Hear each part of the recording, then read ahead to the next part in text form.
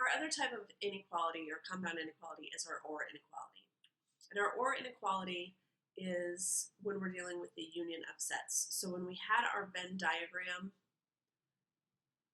we'll try to connect your circles, just the inside is the intersection of sets, and we just got done talking about the intersection of sets.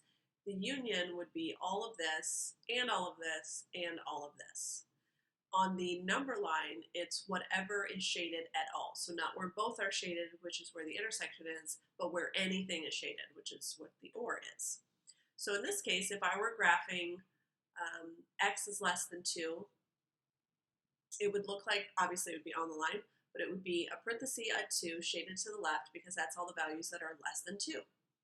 If I were graphing x is greater than or equal to -3, it's a closed bracket on -3 shaded to the right. Now, if you'll notice, where everything is shaded is everywhere. So this goes on to -infinity. Over here, it goes on to +infinity. There's no place on this graph that wouldn't have some sort of shading on it. And so the solution set is -infinity to +infinity or all real numbers, however you want to choose to write that. So let's try this one. All of the time with the OR questions, until we get into a little bit later with absolute value, they will actually say OR in between. So I know and, we had the ones that said and in between, then we had when it was all written together. For ORs, they will always be written with an OR in between. So this one I'm going to solve by adding 10 to each side. I get 6x is less than 18. Divide by 6, I get x is less than 3. Or, and then I'm going to solve the other one. So this is really just solving two equations instead of one, following all the same steps that we've been following for a while now. And I'm going to end up with these two answers. So x is less than 3 would be this direction, or x is greater than 4 would be this direction. And so my solution set is really this or this. So there was no overlap, so it's not like our last one where it was all of the numbers. It's there's a couple of ways to write it actually. So it's all of the x's such that x is less than 3 or x is greater than 4. Obviously that's the easier one. If you're doing this in interval notation, this interval would be -infinity to 3, and this one would be from 4 up to infinity. And so if it's an OR, this is the union of those two sets. So that's what we talked about with the OR. That's the other way to write our solution set, is with the union. Same thing here. Again, we're just going to solve. So I'm adding 5 to each side. I get -3y is greater than 9. On this one, I'm going to divide by a negative. So every time you divide by a negative, you have to make sure that you remember to flip that inequality around.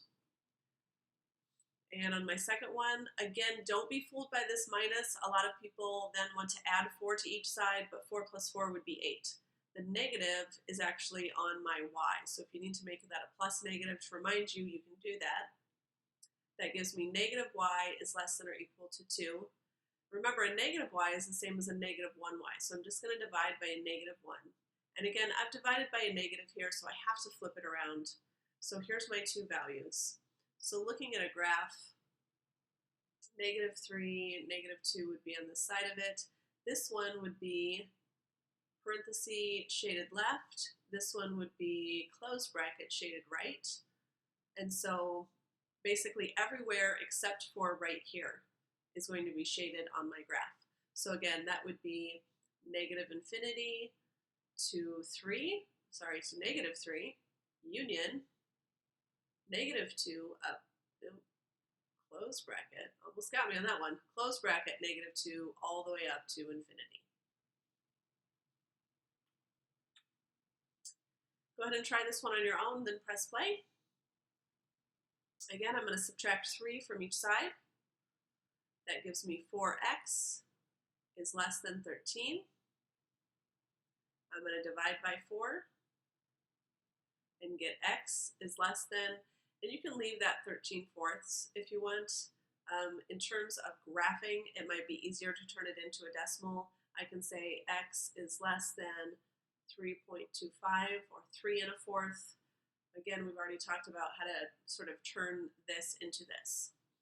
On this one, I'm going to divide by -2, and I get x, and this one is going to be greater than because I've divided by a negative, and 3 divided by -2 is -3/2, or I could write that as -1.5.